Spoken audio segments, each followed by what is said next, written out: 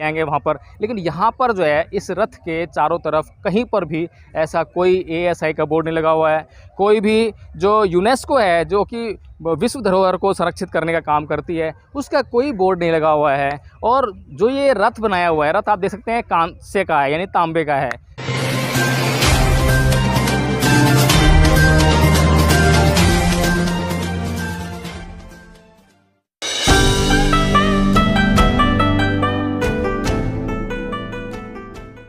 यदा यदा ही धर्मस्य ग्लानिर्भवति भारत, ये वाला श्लोक तो आपने पढ़ा ही होगा साथियों। आज मैं हूँ ब्रह्म सरोवर कुरुक्षेत्र में। आज करनाल विपश्यना सेंटर आना हुआ था, तो सोचा कि चलो आज जो है यहाँ पर भी होते चलें कि यहाँ पर क्या है। लोग बहुत इसकी चर्चा करते हैं, बताते हैं इसके बारे में कि यहाँ पर चमत्कार हैं, यहाँ पर ये है, यहाँ पर वो है। तो यहाँ ब्रह्म सरोवर में सबसे पहली बात तो मैं देखने को मिली कि जो ब्रह्म सरोवर यानी ब्रह्मा के नाम से जाना जाता है, जो ब्रह्मा की जो कि ये हिंदुओं का एक ईश्वर हैं, लेकिन वहाँ पर सबसे बड़ा सरप्राइजिंग फैक्ट जो ये है कि यहाँ पे ब्रह्मा का सरोवर तो है, लेकिन ब्रह्मा की कोई मूर्ति नहीं है, ब्रह्मा का कोई मंदिर नहीं है। और जब पुजारियों से बात करते हैं, पूछते हैं कि तो अगर इसको ब्रह्मा का घर मान लें तो यहाँ पर जो है कम से कम ब्रह्मा का कोई तो मंदिर होना चाहिए था, कोई मूर्ति होनी चाहिए थी। लेकिन वो कहते हैं कि पूरे देश में सिर्फ एक ही जगह पर ब्रह्मा का मंदिर है, वो है पुष्कर में। उसके अलावा कहीं पर भी जो है ब्रह्मा का मंदिर बनाने की इजाज़त नहीं है। कारण क्या है वो हम लोग अच्छी तरह जानते हैं, यहाँ पर कहना उसको उचित नहीं है, लेकिन ये सरप्राइजिंग फैक्ट है। और यहाँ पर आने वाले जो श्रद्धालु लोग हैं वो कभी ये प्रश्न करते ही नहीं हैं, कभी सोचते ही नहीं हैं कि ब्रह्म सरोवर में ब्रह्मा का मंदिर क्यों नहीं है। शिव का मंदिर है लेकिन ब्रह्मा का मंदिर क्यों नहीं है। उसके बाद साथियों हम यहाँ पर थोड़ा चलकर आए तो यहाँ पर एक कांसे का यानी कि तांबे का रथ बनाया हुआ है। बहुत बड़ा रथ है, विशाल रथ है। और इसके बारे में यहाँ पर एक बोर्ड पे लिखा हुआ है, हरियाणा टूरिज्म का ये बोर्ड लगा हुआ है, incredible India Krishna Arjuna chariot Kurukshetra has a distinct identity in the cultural map of India for its association with the Bhagavad Gita. Bhagavad Gita was delivered on this holy land of Kurukshetra at the outset of Mahabharata battle। तो साथियों यहाँ पर जो बात लिखी है ये कह रहे हैं कि भगवत गीता का जो उपदेश है इस होली लैंड पर जो यहाँ पर डिलीवर किया गया था, उसको बोला गया था, ये लोग बोल रहे हैं।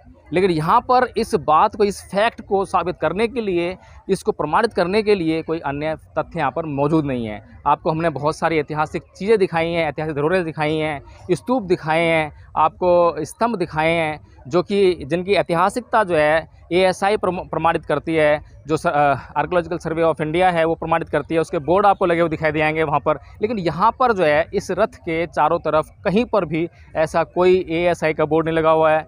कोई भी जो यूनेस्को है, जो कि विश्व धरोहर को संरक्षित करने का काम करती है, उसका कोई बोर्ड नहीं लगा हुआ है। और जो ये रथ बनाया हुआ है, रथ आप देख सकते हैं कांसे का है, यानी तांबे का है। क्या अर्जुन ने महाभारत के युद्ध में कांसे का रथ यूज़ किया था?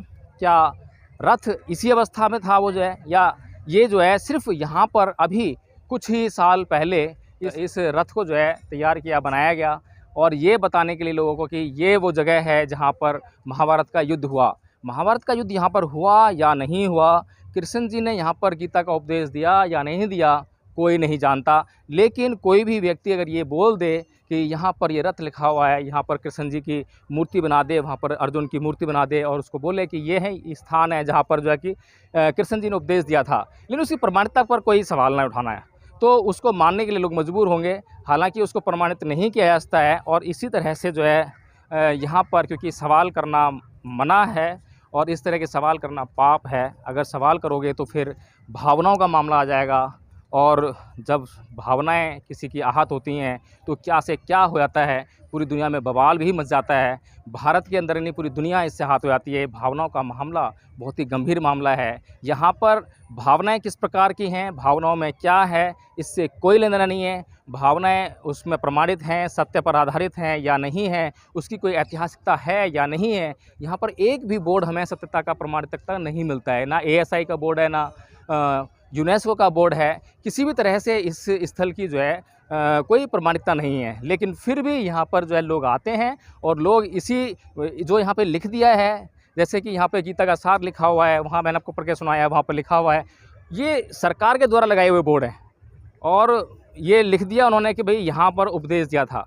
लेकिन वो ये बताने का कष्ट नहीं करते हैं कि उनकी जो नॉलेज है, उनकी जो जानकारी है, उसका आधार क्या है, उसके आधार पे अगर हम जाएं, जैसे कि हम त्रिपिटक पढ़ते हैं, कोई भी धर्म ग्रंथ पढ़ते हैं, तो उसमें कुछ चीज़ लिखी होती है। बहुत सारे जो चीज़ें हैं यहाँ पर, जैसे कि अशोक स्तंभ ढूँढा गया, लुम्बिनी वन में अशोक स्तंभ ढूँढा गया, सारनाथ में जो स्तूपा ढूँढा गया, तो वो तब ढूँढा गया जब किताबों में लिखा हुआ था कि यहाँ पर इस जगह पर इस तरीके से स्तूप है या इस तरह से यहाँ पर जो है स्तंभ है।